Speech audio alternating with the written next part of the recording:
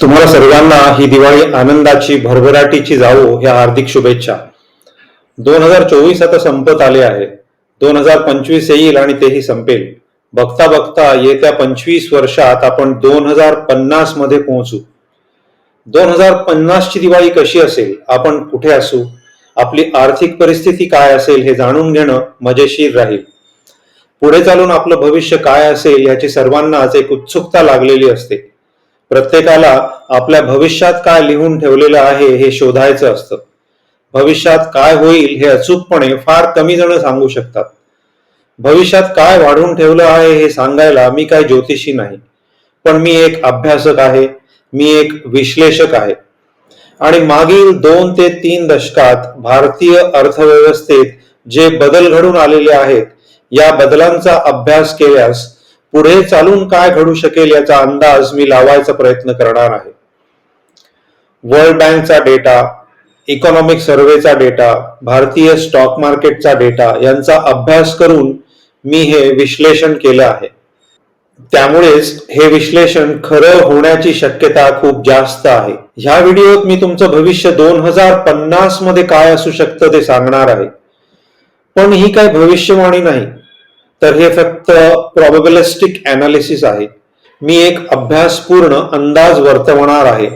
चला तर मग बघूयात पुढच्या 25 वर्षात काय घडणार आहे ते. या पुढची 2 ते 3 दशके ही भारताचे असतील हे तर नक्कीच आहे. भारत एक डेव्हलप्ड नेशन म्हणजे एक विकसित देश बनेल. जगातील एक समृद्ध देश म्हणून भारताची पुढे जाऊन ओळख होणार आहे. हा भारताचा एक सुवर्ण काळ असेल आणि आपण सर्वजण या प्रवासात सहभागी होणार आहोत. याचाच अर्थ हा की आपण योग्य वेळी योग्य जागी आहोत, ज्याला आपण म्हणतो right time at right place. आणि या परिस्थितीचा आपल्याला फायदा उठवता आला पाहिजे.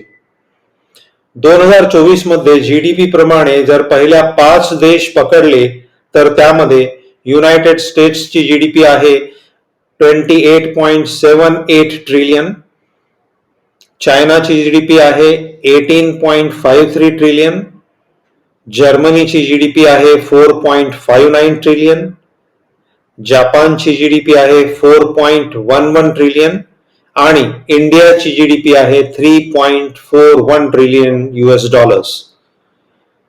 पुढे चालून 2030 मध्ये भारत दुसरी लार्जेस्ट इकॉनॉमी होईल आणि 2050 मध्ये आपली जीडीपी 50 ट्रिलियन US डॉलर एवढी होईल ही अपेक्षा आहे. याचाच अर्थ आपण जगातील सर्वात मोठी अर्थव्यवस्था होणार आहोत. म्हणजेच 4 ट्रिलियन डॉलर ते 50 ट्रिलियन डॉलर म्हणजे 16 पटीने वाढ. आणि जशी जशी भारताची अर्थव्यवस्था वाढत जाईल, समृद्ध होईल, त्याच प्रमाणात याचा प्रत्येक नागरिकाला फायदा होणार आहे. सध्या भारताचा per capita income 2500 US dollar आहे, म्हणजे 2 लाख रुपये.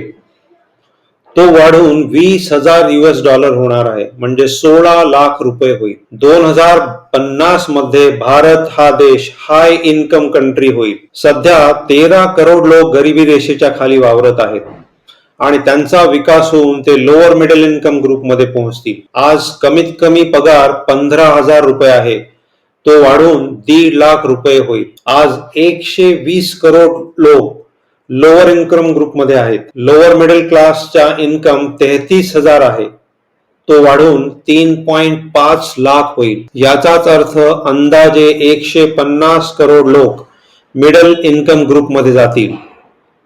येत्या 25 वर्षात प्रत्येक जण आर्थिक पातळीने एक स्तर वर जाईल. जे आज गरीब आहेत, ज्यांची आर्थिक परिस्थिती चांगली नाही, ते लोअर मिडल क्लासमध्ये जातील. लोअर मिडल क्लास वरच्या वर्गात जाईल आणि जे मिडल क्लास आहेत ते श्रीमंत होतील. म्हणजे प्रत्येकाची पैसे कमावण्याची आणि खर्च करण्याची क्षमता वाढेल, ज्यामुळे इकॉनॉमीला अजून जास्त चालना मिळेल. या आर्थिक स्थितीत आमूलाग्र बदल झाला की त्याचा प्रभाव मग स्टॉक मार्केटवर पडणार हे मग नक्कीच आहे. भारतीय स्टॉक मार्केटचं मार्केट कॅपिटलायझेशन आज 5.5 US डॉलर ट्रिलियन आहे. तर अमेरिकेचं stock market capitalisation 55 trillion US$ आहे, म्हणजे भारताच्या 10 पट जास्त. तर 2050 मध्ये भारतीय स्टॉक मार्केटचं कॅपिटलायझेशन 60 ते 70 ट्रिलियन होईल ही अपेक्षा आहे. आणि या वाढीमध्ये सामान्य गुंतवणूकदारांचा वाटा फार मोठ्या प्रमाणात वाढणार आहे. आज डीमॅट अकाउंटची संख्या 17 करोड आहे, ती वाढून 100 करोड होणार आहे. म्युच्युअल फंड इन्व्हेस्टर्स जे आज 4.5 करोड आहेत ते वाढून 80 करोड होणार आहेत. निफ्टीची लेव्हल जी आज 24,300 वर आहे ती वाढून 4 लाख पर्यंत पोहोचणार आहे. आणि ज्या प्रमाणात स्टॉक मार्केट वाढणार आहे त्याच प्रमाणात सामान्य गुंतवणूकदारांची संपत्तीही वाढणार आहे. ह्या सगळ्या आर्थिक बदलात महत्वाचा मुद्दा म्हणजे 2050 मध्ये मग आपल्या सर्वांचं काय होणार आहे, आपल्याकडे किती पैसे जमा होणार आहेत. तर हा आकडा तुम्ही अंदाज लावू शकणार नाही इतका मोठा असेल. 2050 मध्ये प्रत्येक जण करोडपती होईल.